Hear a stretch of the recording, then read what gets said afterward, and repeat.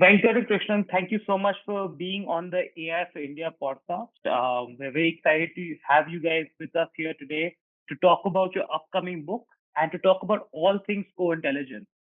Now, before we get into the book and the concept of co-intelligence, I thought it'd be great to just tell the audience a bit about you guys, and then we can get into the questions. So, for those of you who don't know, Venkat Ramaswamy is a professor at the Ross School of Business at the University of Michigan.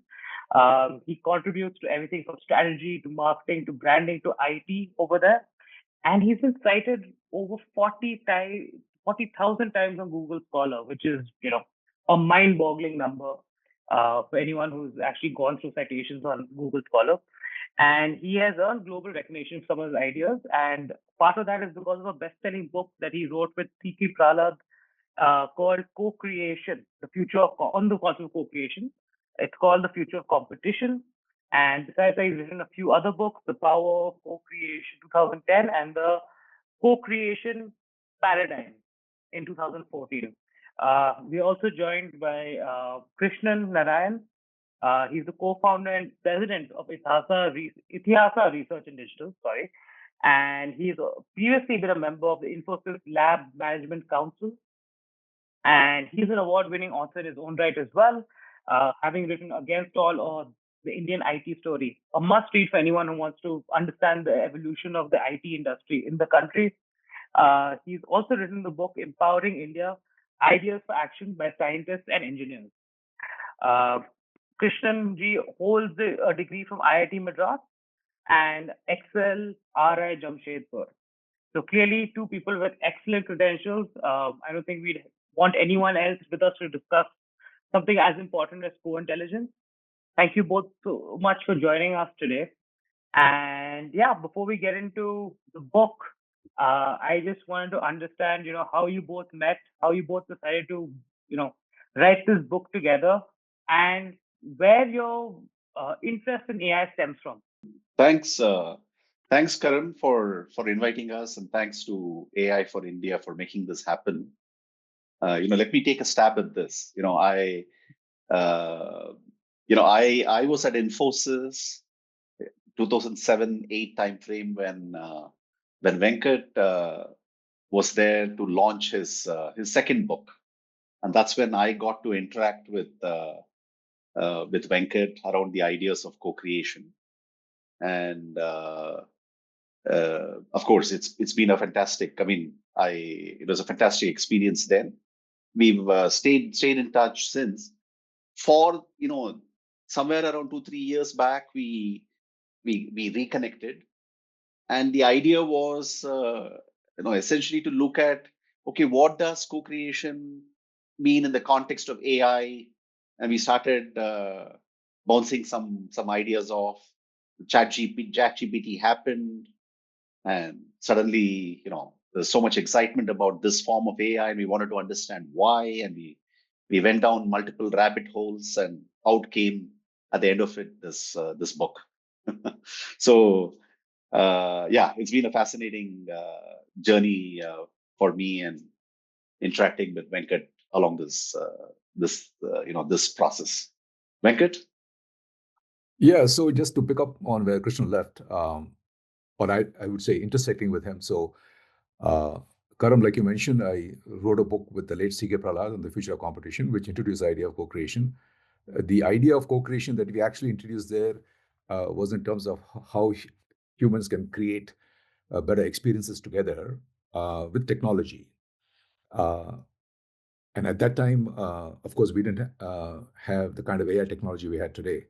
But the book basically was about that and why we need to shift from innovating products and services to experience. So this was 25 years ago. And at that time, that's kind of was a vision, because that was when we had the first version of the web. So for us, the web was more about empowering individuals, right, who would have access to information all of a sudden, right? And so C.K. Prahlad was very famous for amplifying weak signals, as he called it, and folding the future in. Those are his phrases. And so we try to imagine a world where, in fact, he had asked a question: what would happen if everybody had a smartphone in their pockets? At that time, We just had like Palm Pilots and so on, but what we had some smart connected intelligent device. So that was the kind of thinker that he was. And so we really said, okay, it's not just co-creating products and services, because it will give empower people. If they are connected and they have access to information, then they would really bring their perspective of value, which is the key of what we are talking about. And value defined not just in terms of exchange of goods and services, but really creating better experiences. And so that's how we started. And when you say experiences, at that time people were starting to think about UI, UX, and user experience, because we go to the web and we interact with the web. So we actually then said, it is really going to be about interactions, and these experiences will be more about how humans create experiences. So bringing their perspective, right? As consumers, being our perspective of value, and not just what the company wants to dish out to us. So that's kind of where it all began. And then as a consequence of that, I worked with Infosys uh, because they wanted to kind of implement the idea of co-creation, but in a B2B context. We did talk about B2B as well in the book. So what does it mean for companies that are actually building these platforms to create those experiences? Because at that time, the cloud and platforms were just happening. So as software was eating the world in 2011, Infosys was actually building, helping clients, build a lot of platforms. So were all other IT companies, and all of that is discussed in, as you mentioned, Krishnan's book with Chris Krishnan, right? Like the IT story of India and the S&O. So I think that IT story was kind of taking shape. Co-creation was being applied in terms of helping between companies, right? Creating new tools to help consumers. I'm not sure it was for consumers to co-create experiences. It was more let's co-create products and services. That was the first movement. So I wrote a follow-up book, Power of Co-creation, where basically tried to emphasize, okay, now that we have platforms, let's try to build these platforms in ways in which people can engage better with them, right, and create better experiences. And that's kind of how I evolved the co-creation paradigm. And then to fast forward, like Krishna was mentioning, um, when COVID happened, you saw a lot of acceleration of digital technology and digital transformation. So things were happening more, which were more consumer centric and focusing more on experiences. And so that I think really shifted the nature of the value creation game. And I think everybody understood that we're already in a world, everybody is networked, right? We all have mobile phones in our hands. So we really need a new paradigm of value creation, which is what we were positing. But it's taken this long for all the tools to become available. And then when ChatGPT happened, and that kind of catapulted, AI into all our kind of public consciousness. But more than that, right? We actually had tools where we could now kind of access the web in the way in which we want. We could ask our questions, get answers. So it really opened up all this stuff that at least we had imagined back then, but a lot of it has now become a reality. And so we spent a lot of time thinking about what does it mean if humans and AI systems, along with other humans, can kind of create value together now that these tools are in our hands, and what does it mean in terms of the shift that companies and any organization has to make. And so that's really what led to this co-intelligence revolution book. Fascinating. I think that's great to see how you guys have kind of come together to co-create this book. But Venkat, you mentioned that you guys were kind of positing this years ago. Have you been surprised by how quickly it's kind of become a reality as well? Like how quickly the technology has caught up to that vision? I think I've been surprised by how quickly it has caught up with the vision in the past 3 years since ChatGPT. I think ChatGPT was the accelerant. I think up until then, it was like digital technologies, digital transformation. You could see the acceleration. So COVID accelerated that a little bit. But I think this is a very transformative moment. I think everybody now agrees that we are in this world of AI, which while AI was there before, this idea of generative AI, which we can talk about, which is at the crux of the book, which is the ability for us as humans now to really interact with computers in a natural way. Because that only then can you really bring about the promise of co-creation that we had talked about, right? Because you need these tools where we can express ourselves in our language and let the system do the language translation and let companies understand, therefore, what our needs and wants are and be able to serve us the way we would like it in our context. So that's really, I think, to answer your question, I think that acceleration in the last 3 years has been really surprising. It's like, exponential. If I can just add one, just to contrast with something that happened in the past. I was reading this book by this economist James Besson, where he talked about how technology was adopted during the Industrial Revolution. right? The first industrial revolution, if you will. And some of the technologies, it took more than 100 years before the technology became adopted generally, right? There were some people who were more sophisticated workers who had adopted uh, sort of the cotton mule technology and so on, but it really took a very long time. Now, of course, it's fascinating now to see what kind of timeframes will it be in the case of AI, right? And of course, we see, especially now in the last few years, it's picked up pace. But I just wanted to bring that context. Thanks. No, absolutely. I think that's a very fair point. I think, it keeps getting quicker and quicker, doesn't it? How transformational and quick the technologies kind of are developing and evolving. So, on the book, so I had the chance to go through the Substack page that you guys have created, which has a lot of information on the concept of co-intelligence for anyone who wants to kind of get maybe a preview of what's to come in the book.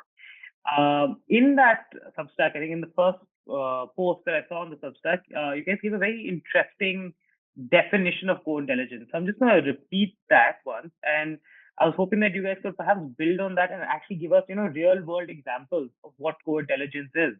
So the way that you defined it in the Substack page was, it's a collaborative, creative relationship between humans and machines, shaped by lived experiences, made through intelligent infrastructure. So what does that mean, in for a layman? How would you explain that?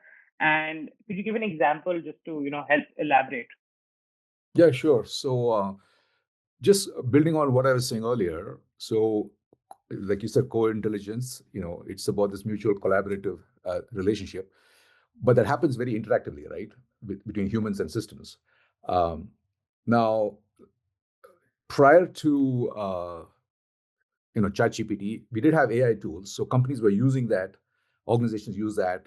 AI systems were used to kind of analytically predict, based on data that companies collect, right? To then they make predictions, and they try to serve us, the best ways that they could. But as we discussed in the book, and we have talked about ChatGPT, but to kind of go a little bit in terms of like how did ChatGPT happen is, I think, most interesting question to ask, and that's where we start the book, by actually sharing how ChatGPT came about. ChatGPT would not have happened if it weren't for a company that I think now everybody recognizes called NVIDIA. So NVIDIA is very crucial to understand because they were able to accelerate computing. Now, just to keep it simple, a lot of their computational capabilities has helped accelerate the AI and machine learning revolution that's happening. But what is happening in the process is that for the first time in human history, the revolution is really about our ability to produce, what Jensen Huang, the CEO of NVIDIA, calls producing intelligence. And the first time you hear that, you say, what do you mean by producing intelligence, right? Because, we associate intelligence with our species. So when you say produce intelligence, it seems like a very strange, in fact, I found it very strange because, being a business school professor, I was used to producing goods and services. And co-creating experiences is what I talked about. But producing intelligence, so where does that fit in? But actually, if you think about it, that is the missing piece, right? Between producing goods and services and co-creating experiences. So just to take for people who are listening now, just to understand that is very important because without going into a lot of the details, for the first time in human history, like I said, we are able to produce intelligence. So I think if you take the concept of a factory, okay, because we know factories produce manufacture goods and services, right? They manufacture goods and we have services around those goods. So what does it mean to produce intelligence? So what is actually happening in the world today is that for the first time, we are able to actually use, in a nutshell, we are using energy, electricity to produce what are called tokens. And without going into the details of that, you can think of it as like we're able to use these electronic neural networks, which like we think about as kind of mimicking our biological neural networks, but these networks are different. That's why in the book we call it a different kind of intelligence, because a lot of people tend to conflate it with human intelligence. So we like to separate human intelligence from this different kind of intelligence that clearly exists now. And what it's able to do with this technology, if you will, is with these tokens, if you will, is it's able to generate stuff. Okay, so ChatGPT is a manifestation of it in terms of generating text. And that's all we need to kind of get into an example, because then I think it helps us understand. So ChatGPT, we interact, we get responses. But what is interesting is when ChatGPT was rolled out on November 30th, 2022, just a couple of weeks later, actually less than a week, um, in India, uh, developers took it and actually built something called Jugalbandi, which is actually what we used to kick off the book with.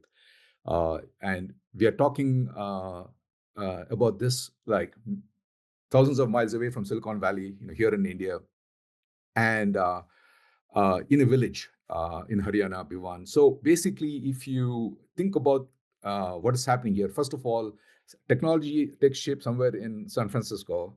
A week later, people take that ChatGPT technology, take WhatsApp, which is very popular in India, and they use something called Bhashini, which was the Indian government mission um, around Indian languages. So taking therefore this kind of US technology with Indian language abilities in WhatsApp to allow farmers to actually interact through this application called Jugalbandi.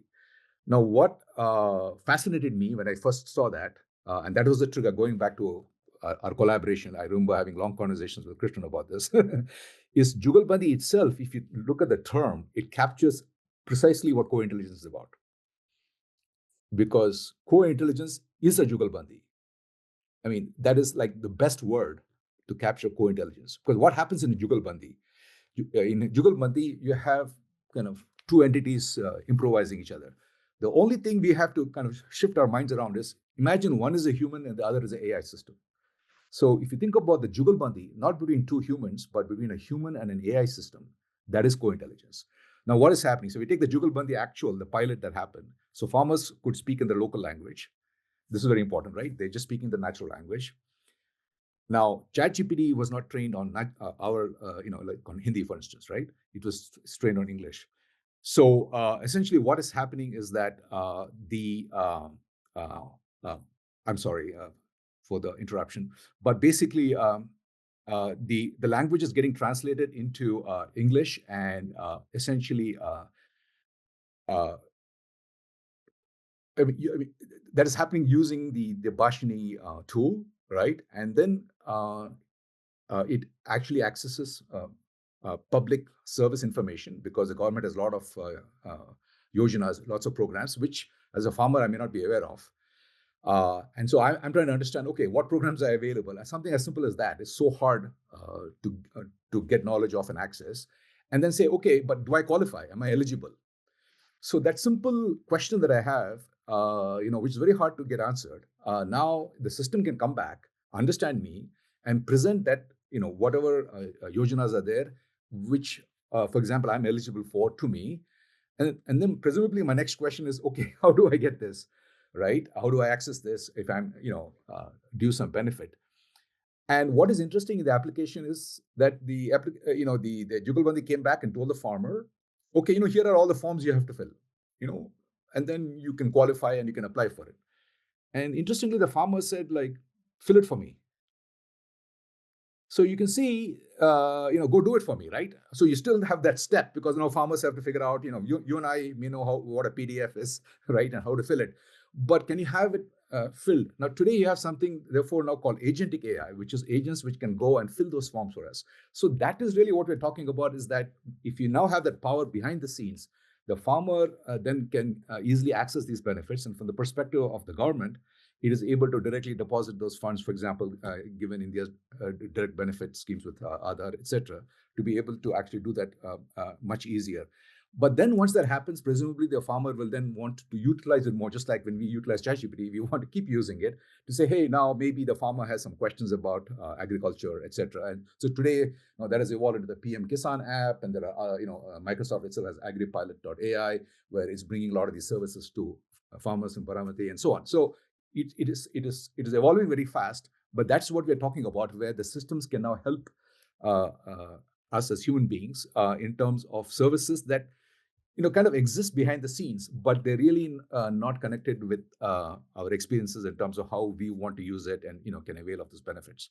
So I think that uh, is a very unique example of kind of co-intelligence in action.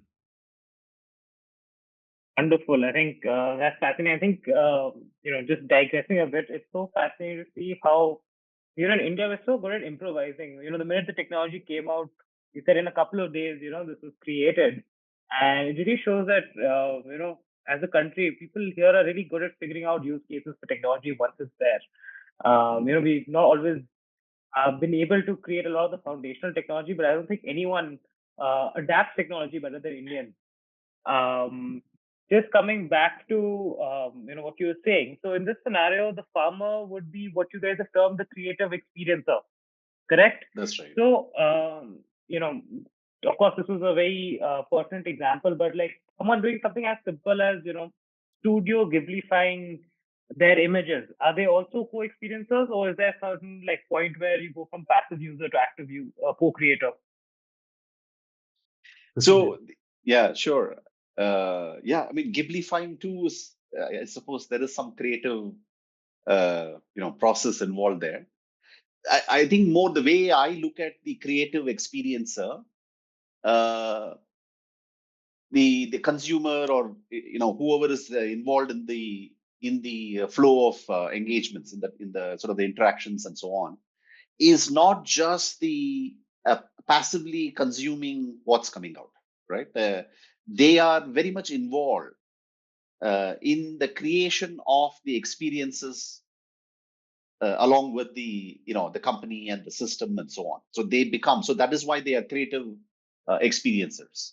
Right now, I'll give you two simple examples to illustrate. I mean, we talk about this in the book, but you take something like L'Oreal, the cosmetics company. Now, generally the notion with all this is L'Oreal will produce a cosmetic which you buy.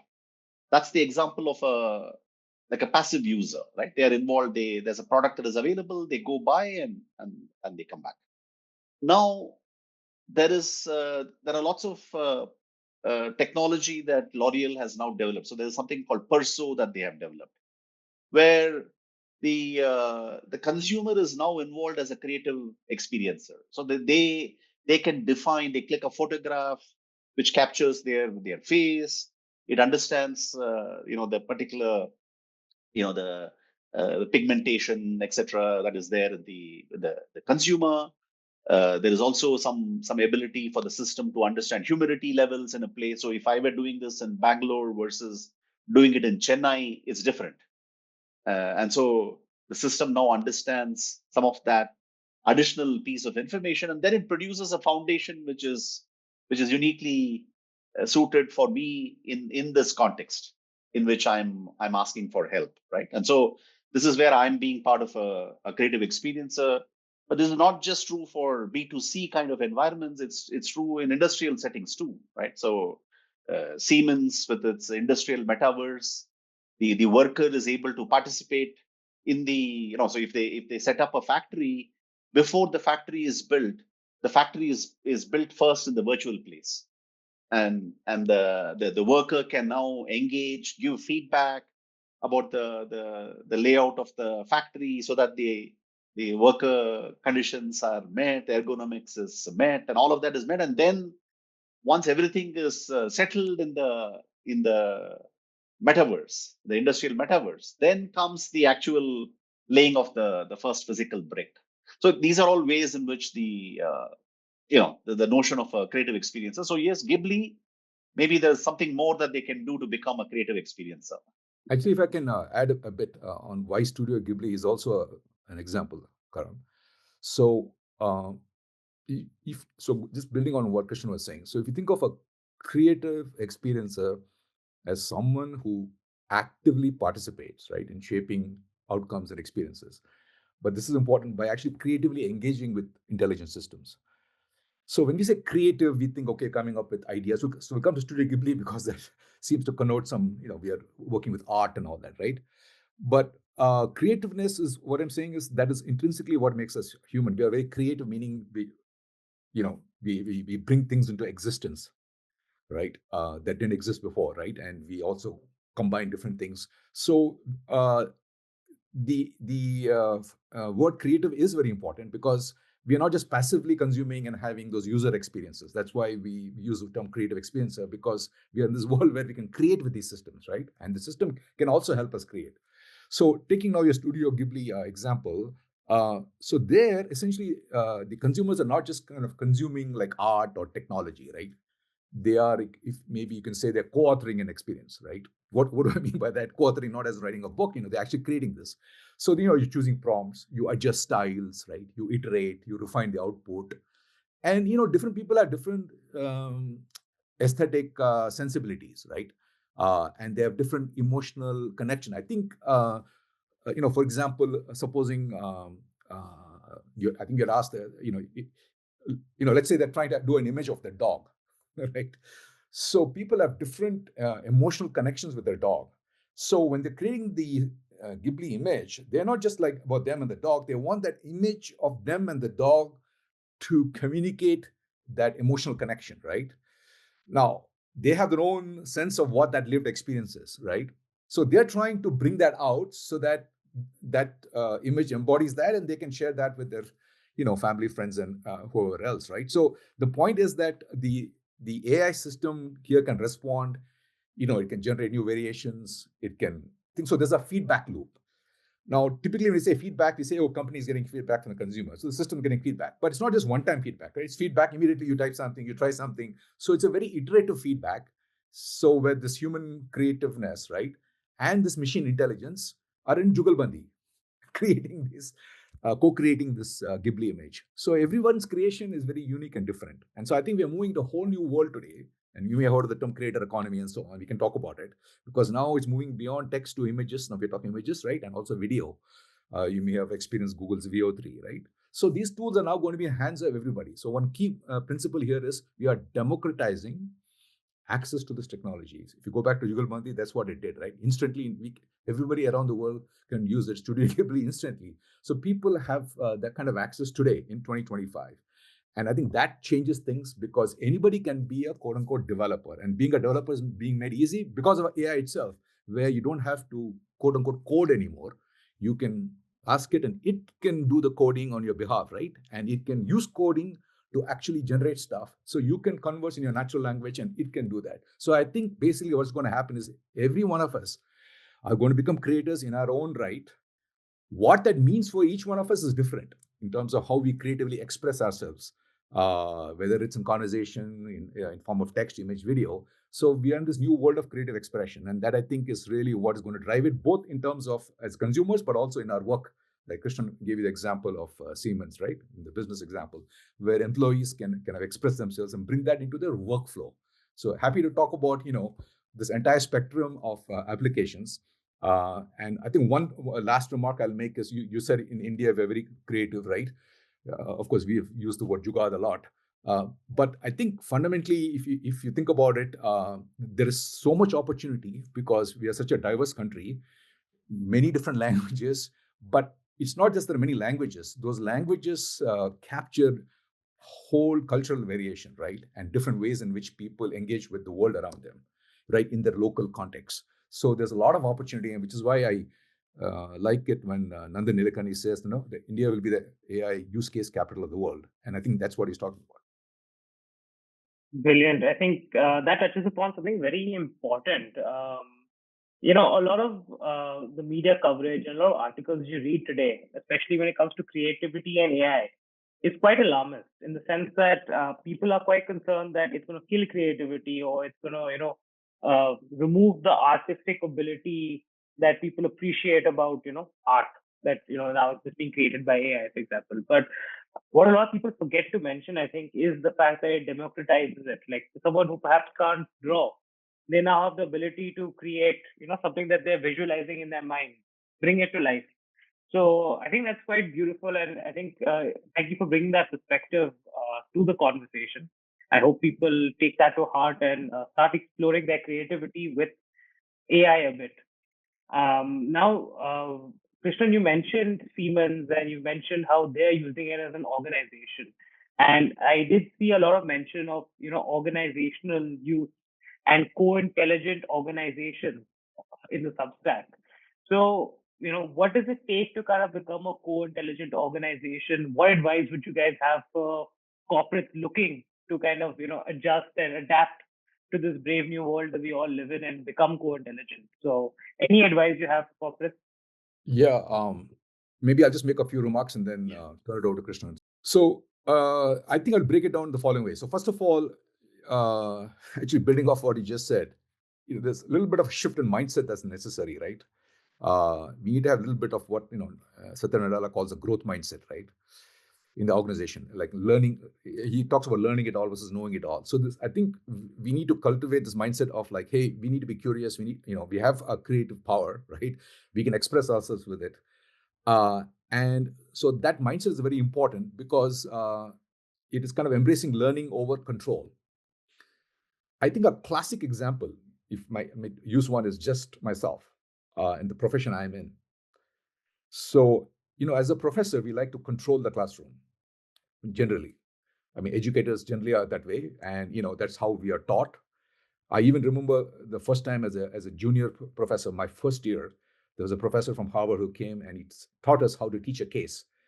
And the general idea there is you need to have control over the class, right? You can't have the class going off in different directions, right?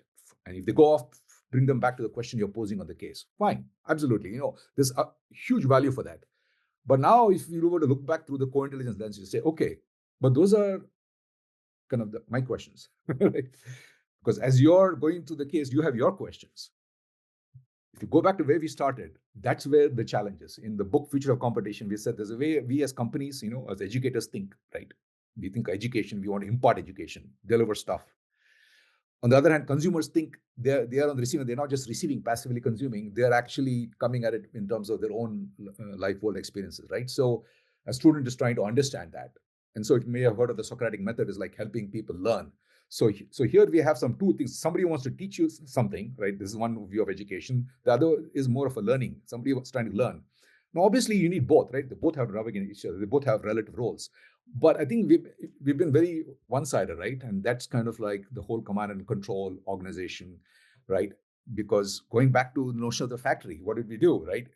By the way, all of this makes perfect sense if you look at the evolution of business history, right? Because when you create products, you do want to ensure the product is, like you and I get the same product, it's the same quality. You standardize the product, you standardize the way the product is built. It goes all the way, you have raw materials, right? Goes into a traditional manufacturing factory. Since I come from Detroit, vehicles are produced right at the other end of the assembly line, right? But if you take education, we treated students just like an assembly line approach, right? Saying, hey, here are the textbooks. This is what I'm going to teach you. But I think so. Therefore, it's an interesting example, and we can come back to automotive also and how it changes. But clearly, in the case of education, I think we see that, right? So that shift has to happen. Going back to your question about the organization, so that mindset shift has to happen. And so we need to develop that skills for interaction, right? Because if the student poses a question, first of all, I may not even know what the student is asking, or that context I may not have knowledge about. As a professor, I feel like I have to know it all. Going back to Nadella's quote. So what I'm saying is the professor has to also become a student. The student is also a co-professor. That is the shift, right? So when you interact with ChatGPT, you are bringing your things, you're asking, and ChatGPT is not like me as a professor pushing back, right? It actually welcomes everything, and right, and then you feel like learning because the person is not stifling your, just curiosity, or you're asking a question just because I don't know. But now, the system knows a lot. So actually, as a professor, I should embrace this ChatGPT and say, hey, it is like my assistant. It can help me answer your questions, Karam. And you will also have ChatGPT, right? So we are in this whole world where it requires a very different mindset. So we need to develop this. Second thing is interactional skills. So we need to prompt, like we prompt in class, we ask. So there is a human conversation. We can prompt through ChatGPT. We can iterate, we can collaborate. So this is this new literacy. I mean, I'm just using education, but in general, we need interactional literacy. So when you say AI literacy, is not just learning about AI tools. It's really, we need interaction literacy. So we have to frame better prompts in using the AI system, but also when we interact, right, with each other, we need to be able to have those conversations like we're doing now on this podcast. So that is the richness of the world we're in, where essentially we can, grow ourselves, right, in terms of what we're trying to accomplish. And the last skill is now technology is very important in the sense that it provides those enablers, right? So we also have to embrace the idea of this using what we call, and we can talk about this further, but I referred to it before, this kind of intelligence infrastructure, this AI factory has to become part and parcel. It's not like in the background, right? We have to actively bring it, for example, into the classroom, right? Maybe into this podcast, right? As you're asking questions, maybe, I can work with ChatGPT and help uh, express my answers, right? Assuming it knows the book I wrote, right? And Karam, assuming it knows all your podcasts and, all of the people that follow your show, you can also utilize it to ask us questions based on what your followers would like to ask. You know what I'm saying? So it is that juggle bunny again. And so I would say, to summarize, you need this kind of shift in mindset from kind of trying to control, kind of embracing learning, and then going with the flow, and then building these interactional skills, and kind of being able to leverage these intelligence systems in the context of creating outcomes. Right. And so it's fantastic that Venkat touched upon these kinds of shifts that are required, or new capabilities that are required at a sort of an individual level, that we as managers, as creative experiencers, right, we need to develop. I think I will also just put two other points, just from an the organizationally too. There are new capabilities that organizations need to, the way they structure themselves. I mean, in the book we talk about how, for example, the way Jensen Huang runs NVIDIA, uh, the traditional hierarchical model is not there. 60 people report to him. He says, how can I deal with 5-year plans when every day the world is changing, right? So organizationally too, there are, how organization deals with strategic planning now becomes very different. Uh, so the notion of being a living system organization and living system leadership, those are all some interesting ideas, right? Like that need to come in. And I will end with just one other very important piece, which I think is super important, that this notion of having a co-intelligence knowledge environment, right? So people, workers, managers, they're all spread wherever.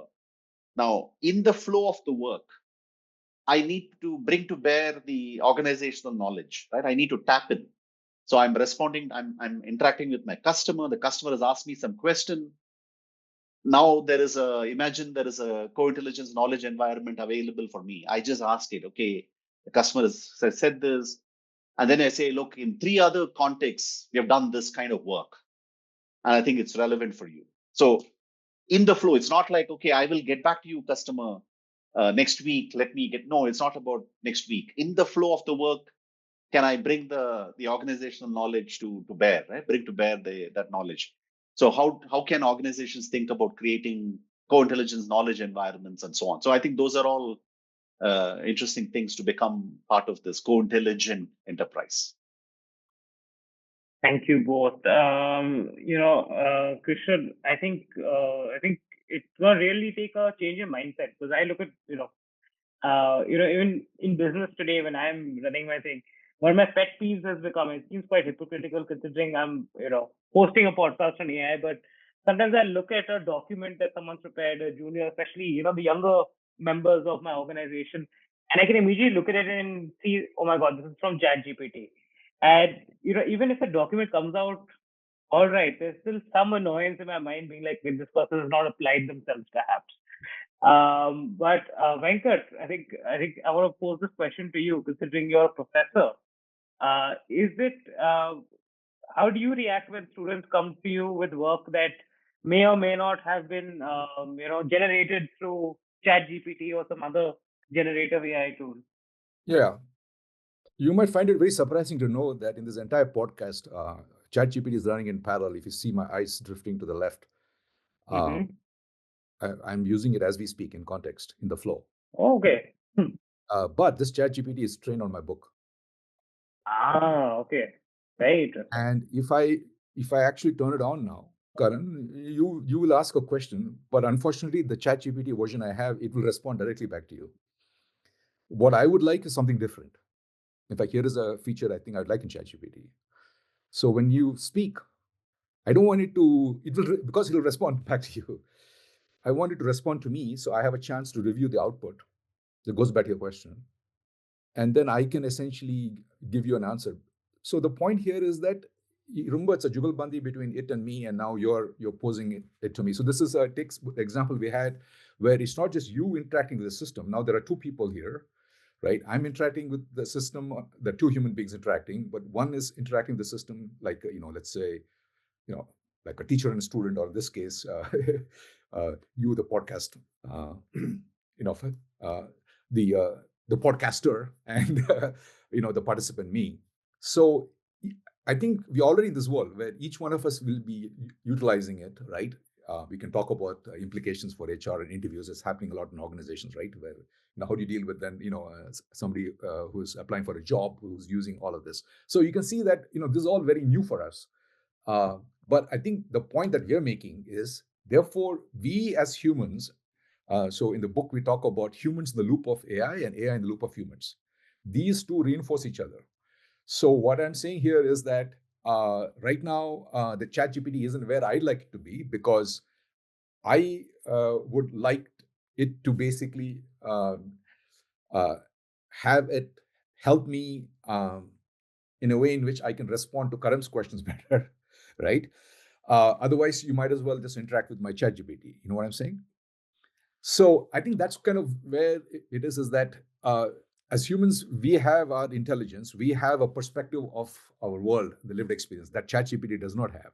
So, so at least for me, there's a very clear-cut difference between AI and human intelligence. Human intelligence is based on a subjective experience of the world, right? It has no concept of the world. For example, when I came this morning, I told ChatGPT, and so speaking of mindset shift, one of the shifts in fact, even I had to make, is that you need to use it on a daily basis. Presumably, people start using it. And then soon it becomes like you're using it pretty much every hour. And then pretty much every, like it should be there, ideally in the background, right? I think we're going to move in that direction in becoming ambient. But the point is, that's kind of what we're saying. It's like we want this to have real time value, right?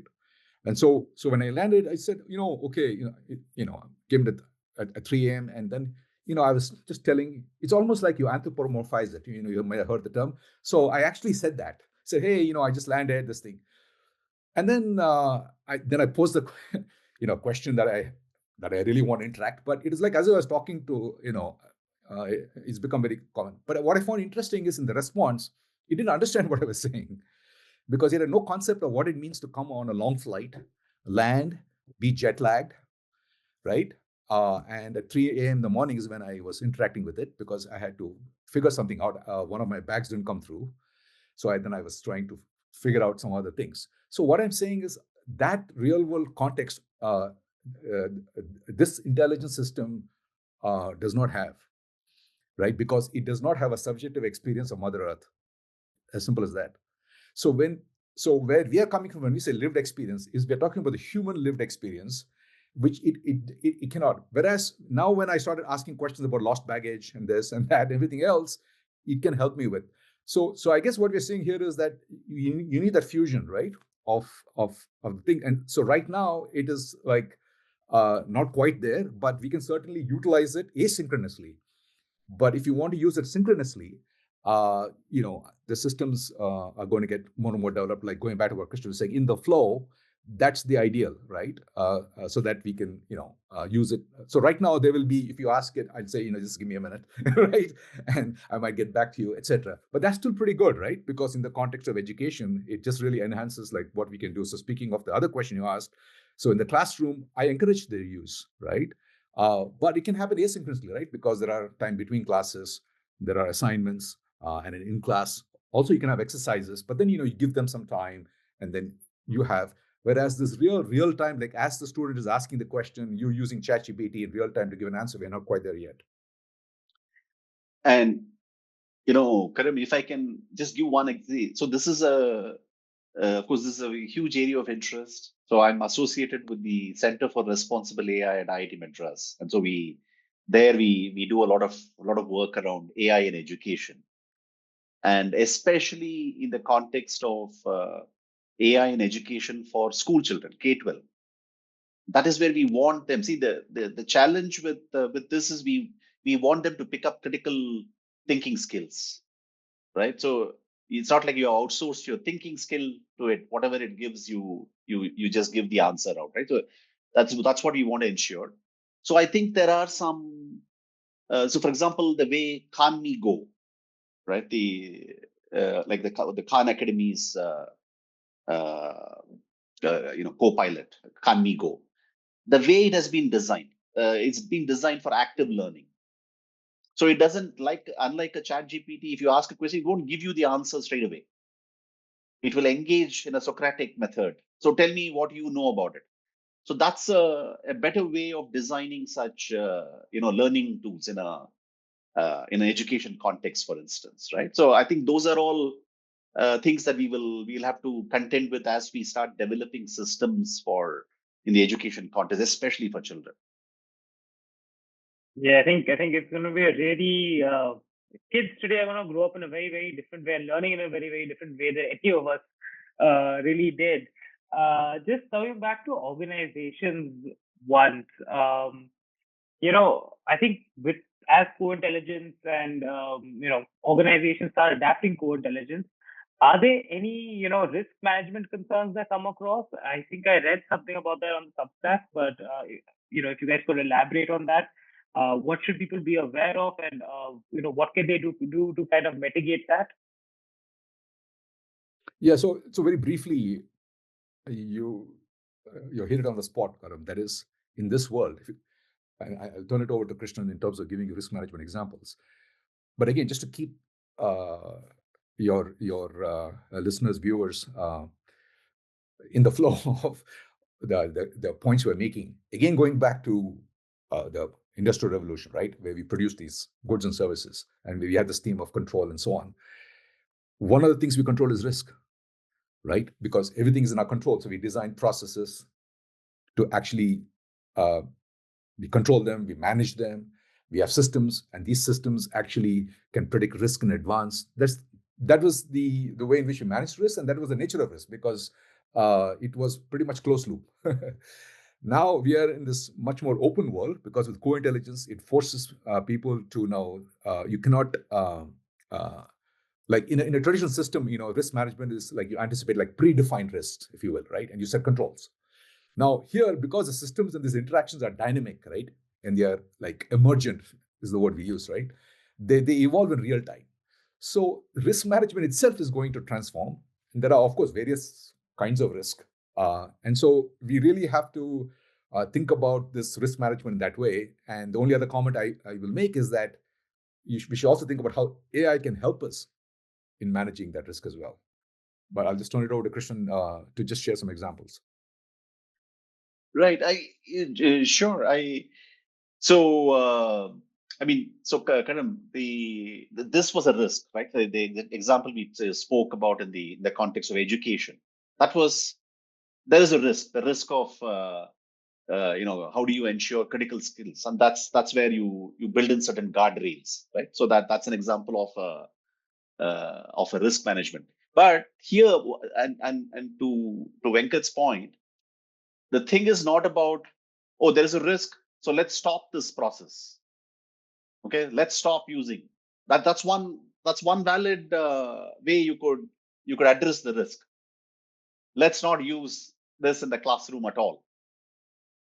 But in real life they would have access, and so you have to prepare them. So how do you now incorporate this risk, but then manage it in the flow of work? I think that's another one. I mean, we spoke about Ghibli, right? Now there is a risk there. The way, for example, Adobe has managed its product Firefly is very different, right? So they manage the IPR risks, in the sense the way they train their Firefly. I don't know whether you've used Firefly, but Firefly is their text to image generation. But where Adobe has done is they've trained it on licensed content. So for example, as a research company, Itihasa, when we want to produce reports, I don't generate covers from ChatGPT, because I don't know. I could be violating somebody's, in that sense. Whereas I take a paid version of Firefly and I produce it, right? Because they manage that risk. And also, just to quickly add to Yeah. that point, if you take L'Oreal example, which Krishnan gave earlier, L'Oreal basically uses the AI to generate images internally for ideation purposes, for generating marketing copy, to brainstorm, inside the organization. Their policy is not to use those images, for example, in their external consumer-facing, like advertising, where they use human models. But they do use this to kind of for their own internal ideation, right? And for example, interacting with their advertising agency in terms of, how do we do like this kind of a product shot with the model? You see what I'm saying? Etc. So I just, Right. add that No, example and there are, to the Firefly example. correct. There are many examples we discuss in the book. I think this is a very important. This is a very important topic, because with co-intelligence, opportunities multiplies, but so do risks, and we have to manage them, or harness them, and then just sort of leverage these opportunities. I would recommend the listeners to the US agency NIST, right? They have identified 12 uh, risks which are especially exacerbated by generative AI, and they talk about it. I think people should become aware of those, what those risks are, and ensure that as they develop their products, which are infused with this AI and so on, right? The AI first products, they have to become aware of these risks and ensure that those are managed. I I'm mean, gonna say they have to buy the book to learn about the risks. Sure. Please, are you saying? No. I just wanted to say, like one of the poster childs of this automation thing, Klarna, right? Klarna. You would have heard about, they talk about how 800 people from the customer service department were replaced, etc. But one of the things they have ensured, I find that person a little thoughtful. The CEO, I'm not able to pronounce his name, but thoughtful in the sense, they what they want to ensure is when somebody is speaking to Klarna, they will get to know whether they are speaking to a human or an AI. Okay, so those are some ethical things that they want to maintain in terms of letting people know that they are.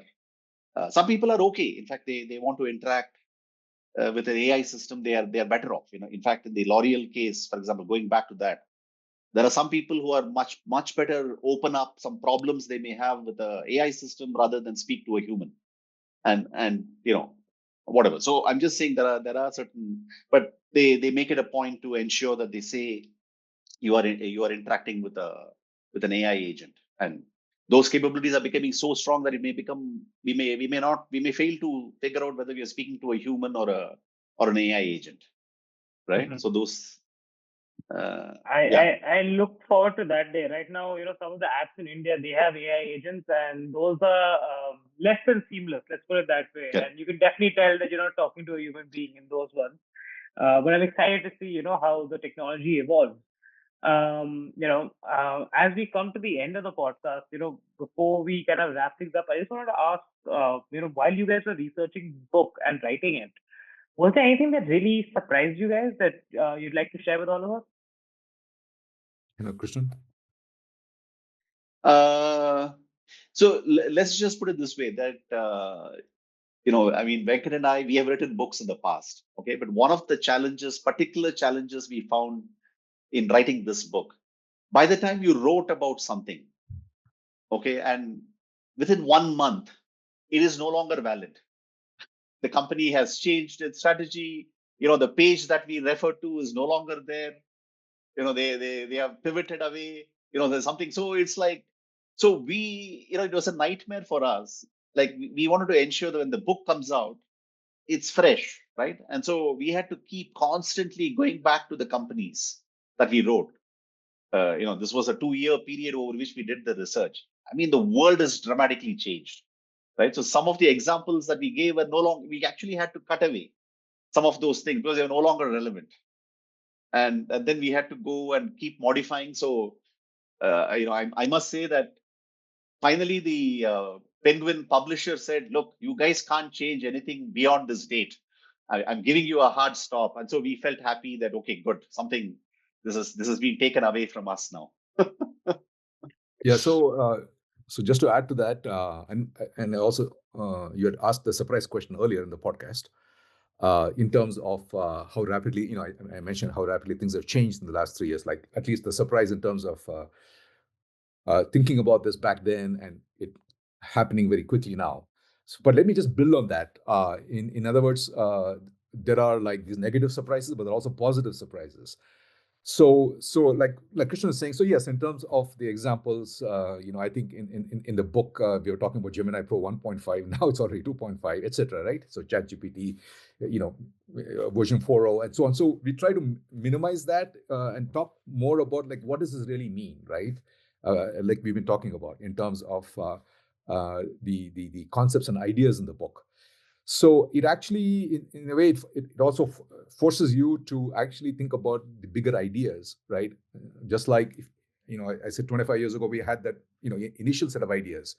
But given this world we're in, so at least from my perspective, one of the things that forced me to do is like, okay, if we wrote that book 25 years ago in the world in which we were in now, what would change?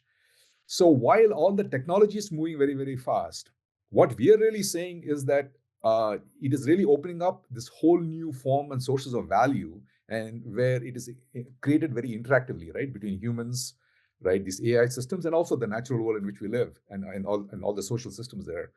And so we really need to take a much more like this systemic approach to value creation. And we talk about ecosystems today. And so one of the things that we didn't talk about is something called the pi excellence, which we introduced. So that I think captures like the spirit of the book in the sense that we don't see the pi excellence changing, like the ways in which it gets utilized will change. And so very briefly, the pi excellence, the P stands for platform. So the platforms will constantly morph, right? But these platforms are going to facilitate co-intelligence. So that's the first point. The second, like you take the IE has a double meaning. So one is like the IE, you can think of it as interactive engagements. We've been talking about that, right? That is that Jugalbandi notion of humans interacting and engaging with these systems. But IE also stands for the impacts in the ecosystems. So there's a process view, that is how do we improve this process of interaction? But we also focus on outcomes. We are doing all of this for a reason, right? You're creating those Ghibli images. You are, the farmers interacting in L'Oreal, Siemens. We're all interacting with some purpose, right? We want something to happen. We are trying to achieve something, etc. There are some goals in mind, etc. So the IE is also about like what impact do we want to have in the ecosystem in which we operate. So there's a process view of that, and there's also an outcome view, both, because we have to think about how we interact, but also what emerges from the interaction, right? And what we want to achieve. So that's the IE. And then the X stands for our life experiences, saying, hey, this is not just about this having a transactional exchange view of the world, that we are moving to a world which is highly relational. It's very dynamic, it's relational, and it's built on our lived experiences. Because that's the thing that we as humans bring, is this our subjective experience of the world. And the AI is not experiencing this world like we are, but it brings fantastic system of intelligence in a different way that we as humans, we can compose together with it. And that I think is kind of what we see as, okay, hopefully if that message comes from the book, notwithstanding like what Krishnan said, which the examples, like if you read it 5 years from now, the examples might feel dated, but hopefully that message comes through. Absolutely. I think that was a question I was actually going to ask at the beginning of this podcast as well. Then a concern I'm sure when you write about technology is always that, technology moves quite rapidly and that, perhaps your book is outdated. But I think, just building on your point, Venkat, if you're talking about something foundational, if you're talking about something, which is a concept, I think those concepts, those always live on, right? So, And I'm actually, sure to your build on book will that, be timeless. yeah. So, Karan, to build on that, it's a living book. So, at some point, we will have an AI system. Like I said, I have one that's just for my own personal use. But imagine if, in addition to the kind of the printed word, right, you're actually interacting with an AI system. So the examples can change, right? Because the AI system understands what we wrote. So you can ask it, hey, this book was written, give me some examples from today. But the AI system that is trained on these ideas and concepts. So I think every person who's writing a book, presumably now will also be putting forth an AI system, right, which is built on the book. The book is just like one format, right? One encapsulation of ideas. It has its own value, right? But we live in a world where you're going to be interacting with the AI system. So I have a book in my class. I may have digital, physical, but students, as we discussed, are going to be interacting with the AI system as well. So we have to look at this in a collective way, right? And as a combination of these things, as what I call it like an assemblage, right? It's assembling all these things together. But what you want to go to, do you want to go online? You want to read the physical version? You want to interact with the AI system? That's really up to you. But the point I'm making is that the AI system can keep the content fresh. Great. I think that's a very strong point, and I think it's a good point to kind of start wrapping things up with. Krishnan, before I let you guys go, you've been closely associated with AI for India. Can you talk about your experience with AI for India so far, and what would you say to anyone considering joining the forum? Right. No, so uh, so I knew Gopal and Sashi because of the ex Infosys connections. We all have the ex Infosys.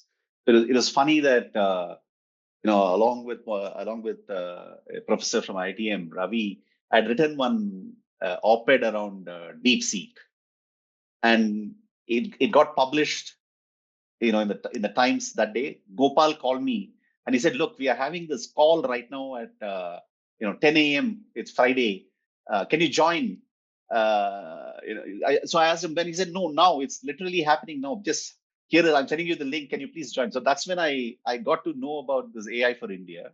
But then I found the people associated with it, very good bunch of people. I really enjoyed the sort of the interactions. I think what's also useful is a lot of the AI for India has brought in people who are this use case capital of the world, right? So they are actually people who are doing stuff, uh, and so you get to interact with them and understand what's working, what's not working, uh, and so it has been a great learning experience. So I would strongly recommend people to sign up and become a member of AI for India. I think actually a nice event coming up on the because that's an invite only event, but hopefully there's a version where it's open for everybody. So yeah, I would recommend this being part. I enjoy volunteering with this group. Yes, and we appreciate your time as always, even though today I've taken up way more than I planned to. Thank you so much for being so generous with your time, both of you. Before I let you guys go, could you tell the audience when your book is out and where they can purchase it? This is in fact the author's copy that I have with me. Of course, book is now available on Amazon. Wonderful. They can order it there, and yeah, and it's available in the bookstores. So I do encourage you to go to the awesomes of the world and check it out. Well, we'll make sure to link to it as well when we post this podcast so that people can easily access and get this book. And I look forward to reading it myself. And if I land up meeting you guys, I will be sure to get it signed by you guys. I always love having signed copies of books. But thank you so much for your time. Like I said, you guys have been very generous with your time. We've gone, this is actually, I think, the longest podcast that we have filmed for AI for India. So it's been a lot of fun, and I'm sure we could land up talking for another hour. I think this topic is so interesting and so expansive, but I think we want to leave the audience with something to read about in the book. So thank you so much, and best of luck for the book. Thank you. Thank you, Karam.